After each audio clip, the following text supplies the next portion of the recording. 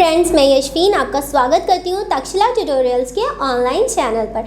तो आज से हम लोग पढ़ेंगे बायोलॉजी, जिसमें हमारा होगा चैप्टर नंबर 1 और आज हम कवर करेंगे लेक्चर 1.1।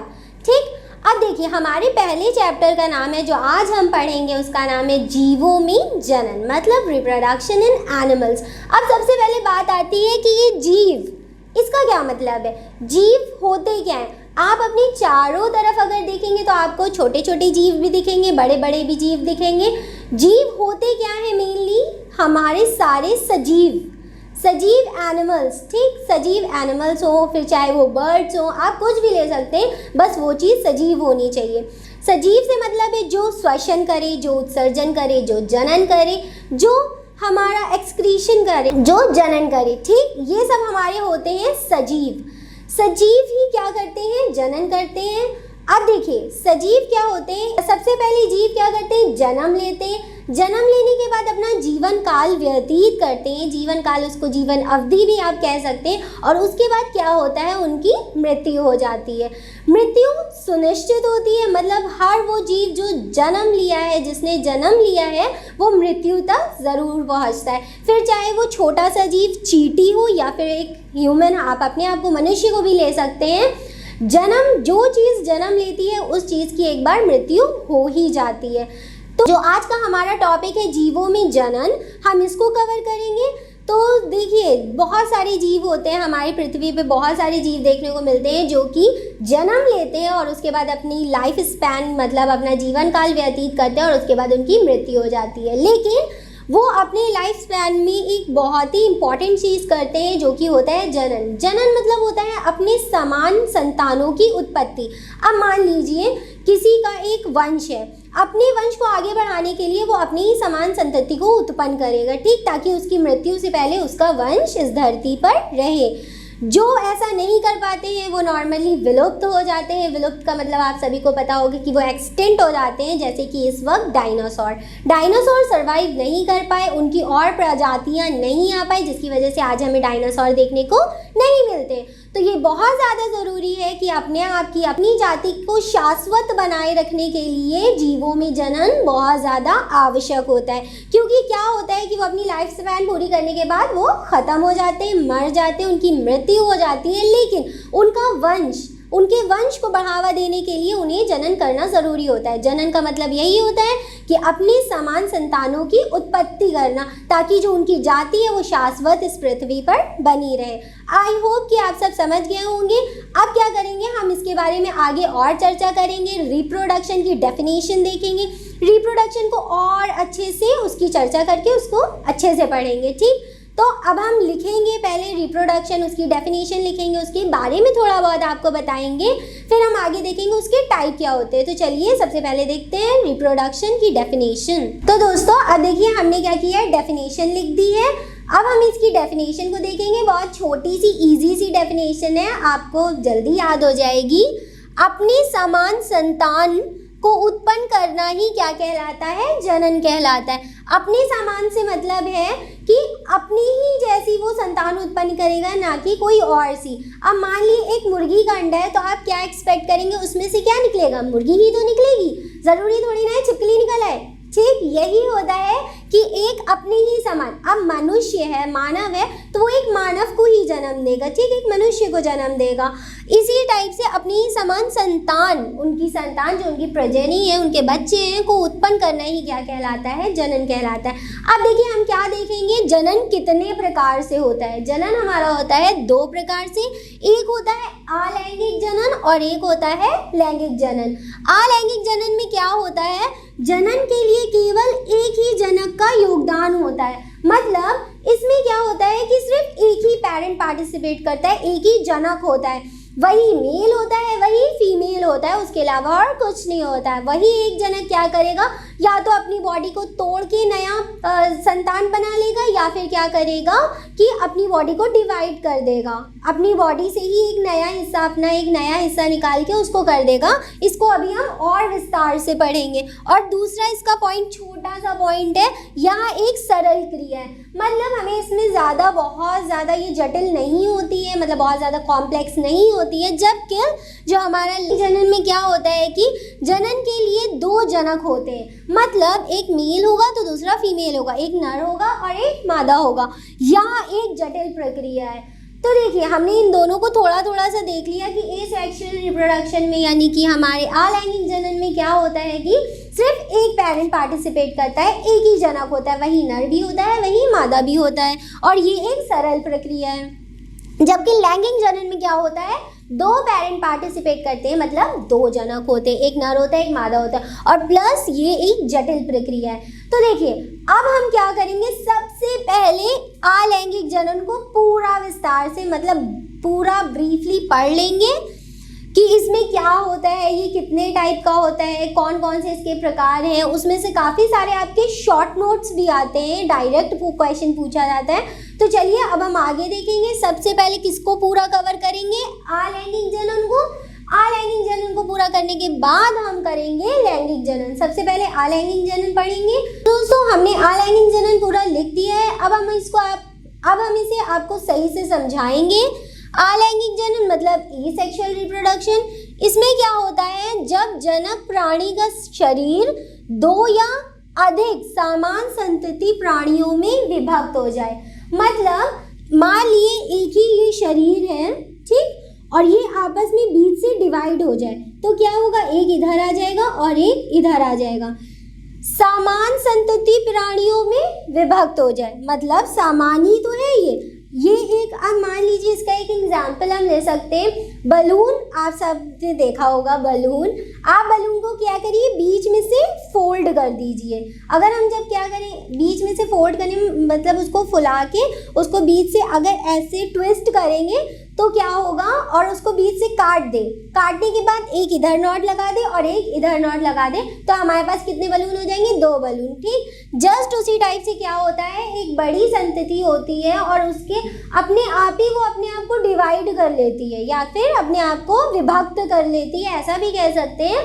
तो जिससे क्या होता है, 2 समान संतानें बन जाती हैं। जैसे आप इसको ही दे सकते हैं, ये एक समान संतान है। अभी हम इसका आपको और भी एग्जाम्पल्स देंगे जब हम आगे पढ़ाएंगे आपको। ये एक है, इसने अपने आप को बीच से डिवाइड कर लिया। मान लीजिए ये एक बलून है, हमने इसको बीच से ट्विस्ट किया और इसको बीच से काट दिया। काटने के बाद एक इधर नीचे नॉट बना दी, एक ऊपर नॉट बना दी, तो क्या हुआ, हमारे पास 2 बलून आ गए। सेम ऐसे ही क्या होता है हमारा एसेक्सुअल रिप्रोडक्शन, मतलब कि अलैंगिक जनन। विभक्त हो जाता है, किसी विशेष संरचना के द्वारा संतति जीव का विकास होता है। अब मान लीजिए ज़रूरी नहीं है कि हम इसको बीच से डिवाइड करें, ठीक। हो सकता है कि ये यहाँ से अपने आप को डिवाइड कर ले, तो इतनी संतति एक बन जाए और नीचे इतनी संतति हमारी एक बन जाए, ये भी हमारी 2 संतति बन गई, ठीक। हम आपको इसको और अच्छे से दिखा देते हैं। एक ये हमारी संतति बन गई और एक ये। ज़रूरी नहीं है कि वो बीच से डिवाइड हो, वो कहीं से भी डिवाइड हो सकता है, ये लाइन कहती है। फिर हम आगे बढ़ते हैं। और संतति में जनक प्राणी के सभी गुण विद्यमान होते हैं। जैसे कि हमने इससे पहले भी आपको बताया कि एक मुर्गी के अंडे से एक मुर्गी ही निकलेगी, ठीक। तो उसके अंदर क्या होगी, वो सेम किसकी तरह होगी, अपनी ही जनक की तरह होगी। जो भी संतति होगी वो टोटली किसकी तरह होगी, अपनी जनक की तरह होगी। विद्यमान होते हैं में जनक प्राणी, ये हो गया। तब जनन क्या कहलाता है, हमारा अलैंगिक जनन कहलाता है। मतलब इसको कहने का बस इतना सा मतलब है कि जो जनक प्राणी होता है वही क्या करता है, अपने आप को बीच से डिवाइड कर लेता है, तो क्या होती है, संतति बन जाती है उसी की। ज़रूरी नहीं है कि इसमें मेल हो फीमेल हो, ऐसा कुछ नहीं होता है। एक वयस्क जनक है, उसने अपने आप को डिवाइड कर लिया और संतति बना ली, ठीक। इसमें और ज़्यादा कुछ नहीं है आपको।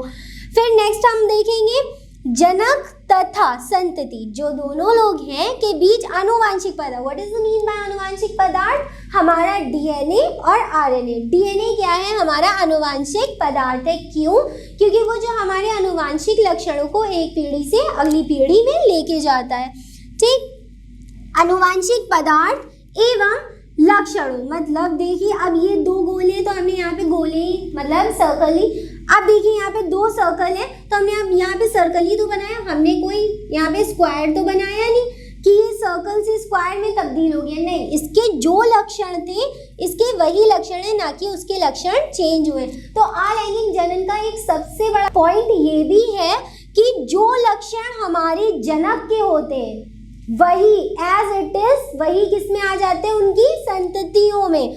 आनुवांशिक पदार्थ मतलब उनका डीएनए, आनुवांशिक पदार्थ और जो उनके लक्षण होते हैं वो दोनों कहाँ आ जाते हैं, उनकी संतति में। इसलिए अलैंगिक जनन से उत्पन्न जो संतति होती है, जो उनके बच्चे होते हैं, उनको क्या कहते हैं, क्लोन। क्लोन का मतलब ही होता है कॉपी, मतलब जो जनक है उन्हीं की जस्ट कॉपी कौन है, उनकी संतति। ये हमारा था अलैंगिक जनन। अगर इसमें आपको कोई भी डाउट्स है तो आप हमसे पूछ सकते हैं। तो अलैंगिक जनन, ये तो हमारे अलैंगिक जनन के बारे में हो गया। अब हम क्या करेंगे, इसके कितने प्रकार होते हैं, क्या क्या चीज़ें होती हैं इसमें, ये देखेंगे। उसी में आपको एक अच्छा सा एग्जाम्पल मिल जाएगा, अमीबा का, पैरामीशियम का, हाइड्रा का। ठीक, तो अब हम आगे बढ़ते हैं और क्या करेंगे, अलैंगिक जनन के बारे में हमने पढ़ तो लिया है, अब हम क्या करेंगे, इसके प्रकार देखेंगे। ठीक, तो दोस्तों अब बारी आती है अलैंगिक जनन के प्रकार देखने की। ठीक, तो अलैंगिक जनन के कई प्रकार होते हैं, जिसमें से हम सबसे पहला पढ़ेंगे द्विखंडन, यानी कि इसको इंग्लिश में बोलते हैं बाइनरी फिजन। जैसे कि इसके नाम से ही आप पता कर सकते हैं कि इसमें होता क्या है। द्वि मतलब क्या होता है, दो। ठीक, दो। बाई मतलब भी क्या होता है, दो। बाइनरी फिजन, फिजन मतलब होता है डिवाइड हो जाना या टूट जाना। जैसे कि खंडन मतलब खंडों में टूट जाना। जब जनक प्राणी का शरीर अनुप्रस्थ, अब अनुप्रस्थ मतलब क्या है, अनुप्रस्थ मतलब ले रही है ये एक जनक का शरीर है और ये बीच से डिवाइड हो जाए तो ये ट्रांसवर्स सेक्शन कहलाता है। ठीक, और ये एक जनक का शरीर है और ये बीच से कुछ इस तरीके से डिवाइड हो जाए तो ये अनुदैर्ध्य या इसको लॉन्गिट्यूडनल भी बोलते हैं। ठीक, इसके दोनों के मतलब समझ में आए। क्या होता है कि जो जनक प्राणी होता है वो अपने आप को बीच से 2 भागों में डिवाइड कर लेता है, फिर चाहे वो ट्रांसवर्स यानी कि आपका अनुप्रस्थ हो या फिर वो अनुदैर्ध्य यानी कि लॉन्गिट्यूडनल होगा। लॉन्गिट्यूडनल मतलब लंबा लंबा और ट्रांसवर्स मतलब ऐसे ऐसे। ठीक, ऐसे करके हो जाता है। फिर हम आगे बढ़ते हैं। खाज के द्वारा 2 समान भागों में बट जाता है। 2 समान भागों में आप इसी टाइप से देख सकते हैं कि ये क्या हुआ, जब इसको इस टाइप से काटेंगे तो आधा ऊपर चला गया और आधा नीचे आ गया। आप बलून का भी एग्जाम्पल ले सकते हैं, हमने उसको बीच से मोड़ दिया, उसको 2 कर दिया बीच से, तो क्या हो जाएगा, वो 2 समान भागों में बट जाएगा। ठीक, जस्ट उसी टाइप से वही तो है हमारा बाइनरी फिजन। खाजों द्वारा 2 समान भागों में बट जाता है, तब यह क्रिया क्या कहलाती है, द्विखंडन यानी कि बाइनरी फिजन कहलाती है। इसका एग्जाम्पल अमोएबा, मतलब इसको हिंदी में अमीबा कहते हैं। अब देखिए अमीबा का एग्जाम्पल लिया है तो अब अमीबा को हम आपको बना के भी दिखाएंगे। अमीबा के अंदर, अमीबा की एक बहुत अच्छी चीज़ होती है कि अमीबा का कोई शेप नहीं होता है। ठीक, ये बात आपको पता होगी, नहीं भी पता होगी तो कोई बात नहीं, आप अमीबा के बारे में नहीं भी जानते होंगे तो हम किस लिए, हम आपको बताएंगे कि अमीबा क्या होता है, कैसे होता है। ठीक, तो ये क्या है अमीबा। अमीबा एक जलीय जीव होता है। अमीबा के अंदर सबसे अच्छा बाइनरी फिजन का हम एग्जाम्पल देख सकते हैं। अमीबा क्या करेगा, इसका कोई शेप नहीं होता है, ये किसी भी शेप में ऐसे ऐसे करके चलता रहता है। फिर जब ये मान लिए एक वयस्क जनक, जनक मतलब पेरेंट है, एक वयस्क जनक है, इसको बीच से हम डिवाइड कुछ इस टाइप से करेंगे। ठीक, ऐसे करेंगे तो ये 2 बराबर समान भागों में बट जाएगा। लेकिन हमें एक बात का और ध्यान रखना है कि हमें डिवाइड इसे बीच से ऐसे करना है या ऐसे करना है। ये जो बीच में आपको दिख रहा है ये होता है केंद्रक। केंद्रक को इंग्लिश में कहते हैं न्यूक्लियस, जो किसी भी सेल के बिल्कुल सेंटर मतलब बीच में हो। तो अब ये कैसे डिवाइड होगा, सबसे पहले आप देखिए ये कुछ इस टाइप से ऊपर चला जाएगा और कुछ इस टाइप से हो जाएगा। तो देखिए ये इसके बाद जब इसका विभाजन होगा मतलब बाइनरी फिजन होगा तो ये सबसे पहले कुछ इस शेप में आ जाएगा। इस शेप में आने के बाद देखिए आपको कुछ इस टाइप का दिख रहा है, ये न्यूक्लियस। आप इस न्यूक्लियस मतलब केंद्रक को देखिए, केंद्रक सबसे पहले डिवाइड हो रहा है। केंद्रक के बाद इसका कोशाद्रव्य, कोशाद्रव्य मतलब होता है साइटोप्लाज्म। सेल के अंदर एक लिक्विड फ्लूइड भरा होता है, मतलब तरल भरा होता है, जिसे क्या कहते हैं, साइटोप्लाज्म कहते हैं, या इसको हिंदी में कोशाद्रव्य कहते हैं। कोशाद्रव्य धसेगा अंदर की तरफ, दोनों आके ज्वाइंट होंगे ऐसे करके। सबसे पहले क्या हुआ, न्यूक्लियस का विभाजन, इसको कैरियोकाइनेसिस कहते हैं। कैरियोकाइनेसिस मतलब न्यूक्लियस का विभाजन। फिर ये क्या होता है, फिर इधर से ये धसने लगता है, 8 संरचना बना लेता है, और जब ये चीज़ धसती है तो यहाँ पे क्या होता है, साइटोप्लाज्म, और इसको तभी कहते हैं साइटोकाइनेसिस। ठीक, ये दोनों आपस में क्या होंगे, दब जाएंगे। फिर हमको कुछ इस प्रकार की संरचना दिखेगी, 8 के आकार की। एक न्यूक्लियस यहाँ होगा, एक न्यूक्लियस यहाँ होगा। इसके बाद अब हमको कुछ इस टाइप की संरचना दिखेगी। आप नॉर्मली देख ही सकते हैं कि एक हमारा जीव क्या हो गया, ऊपर हो गया, और एक जीव हमारा क्या हो गया, नीचे हो गया। इसके पास, इन दोनों के पास क्या है, अपना अपना केंद्रक है। फिर नॉर्मली एक ये इधर चला जाएगा और एक ये इधर चला जाएगा। ये देखिए, एक इधर अमीबा हमें मिल गया और एक अमीबा इस तरफ हमें मिल गया। आप इसको इसी शेप से बनाने की कोई ज़रूरत नहीं है, आप कोई भी शेप बना सकते हैं। ठीक, बस थोड़ा बहुत इसी की तरह दिखना चाहिए। बायोलॉजी में क्या होता है कि आपको डायग्राम बहुत ज़्यादा अच्छे बनाने की ज़रूरत नहीं है, बस आप ऐसा बनाइए कि वो आराम से लेबल हो सके। लेबल मतलब उसके नाम लिख सके कि ये क्या है, केंद्रक है। ठीक, केंद्रक के इधर उधर सेल के अंदर क्या भरा होता है, कोशाद्रव्य। कुछ इस प्रकार से आप उसकी लेबलिंग कर सके, उसके नाम लिख सके, बस इतना ही अच्छा। बिकॉज हम लोग क्या साइंस के स्टूडेंट है, कोई आर्ट के स्टूडेंट तो है नहीं कि हमको बिल्कुल एज इट इज़ अमीबा बनाना है, बिल्कुल एज इट इज़ फेस बनाना है, ऐसा कुछ नहीं है। ठीक, आप बिल्कुल ढंग का अच्छा सा डायग्राम बनाएं कि जो समझ में है, ज़रूरी नहीं है एज इट इज़ आप उसी को उतारें। ठीक, तो ये देखिए हमारा अमीबा ने क्या किया, सबसे पहले इसके बीच में केंद्रक का विभाजन होने लगा। केंद्रक के विभाजन के बाद इसमें क्या हुआ, साइटोप्लाज्म मतलब कोशाद्रव्य का विभाजन होने लगा। धीरे धीरे करके ये दोनों बन गए, अलग अलग होने लगे, और एक टाइम आया जब ये बिल्कुल 2 संततियों में विभाजित हो गए।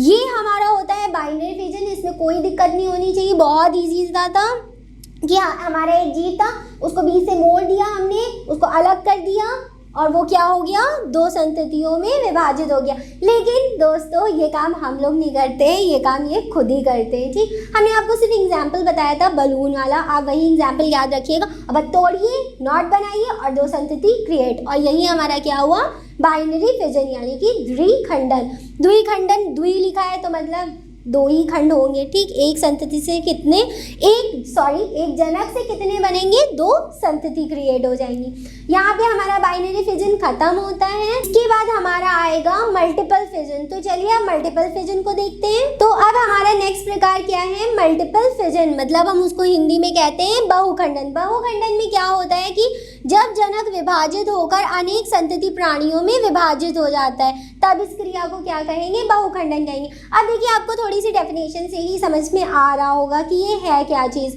अभी तक के हमने जनक को कितने भागों में डिवाइड किया, 2, जिसको हमने क्या किया, बाइनरी फिजन। ठीक, वो तो अलग बात होगी।